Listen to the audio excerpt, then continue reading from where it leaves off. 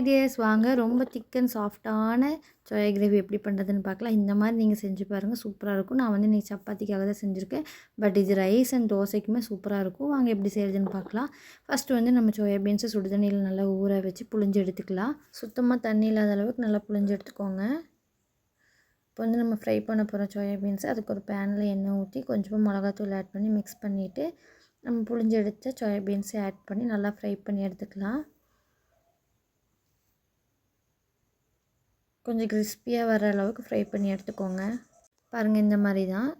இது ஃப்ரை பண்ணி எடுத்ததுக்கப்புறமா வேறு ஒரு பவுலுக்கு மாற்றிட்டு அதே எண்ணெயில் கொஞ்சமாக வெங்காயம் ஆட் பண்ணிக்கலாம். பெரிய வெங்காயம் நான் வந்து 2 பெரிய வெங்காயம் எடுத்துருக்கேன். அதை ஆட் பண்ணி நல்லா அதுவும் கோல்டன் ப்ரௌன் கலரில் வதங்குற வரைக்கும் வதக்கிக்கலாம். அது கூட உப்பு ஆட் பண்ணிக்கலாம். உப்பு சேர்த்தா தான் சீக்கிரமாக வதங்கும். பாருங்கள், இந்த மாதிரி வதங்கினது ஒரு மிக்ஸி ஜாருக்கு மாற்றிட்டு கொஞ்சமாக மஞ்சள்தூள், 1 டேபிள் ஸ்பூன் மிளகாத்தூள், 1 டேபிள் ஸ்பூன் மல்லித்தூள், 1 table spoon garam masala add பண்ணி அது சும்மா ஒரு டைம் கிரைண்ட் பண்ணி எடுத்துக்கலாம். இந்த மாதிரி பாருங்கள், எல்லாம் மிக்ஸ் ஆகிடுச்சு. அது கூடவே கட்டியான தயிர் ஆட் பண்ணிக்கலாம்.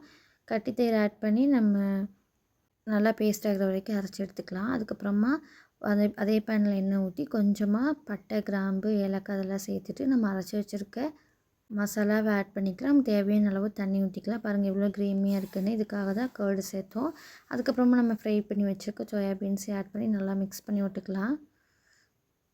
நல்லா கொதி வரணும், பச்சை வாசம் போகிற வரைக்கும் நல்லா கொதிக்க விட்டுக்கலாம்.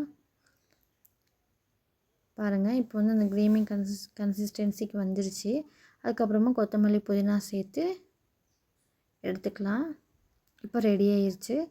உங்களுக்கு இந்த வீடியோ பிடிச்சிருந்துச்சுன்னா லைக், ஷேர், கமெண்ட் பண்ணி சப்ஸ்கிரைப் பண்ணி பெல் ஐக்கானை கிளிக் பண்ணிடுங்க.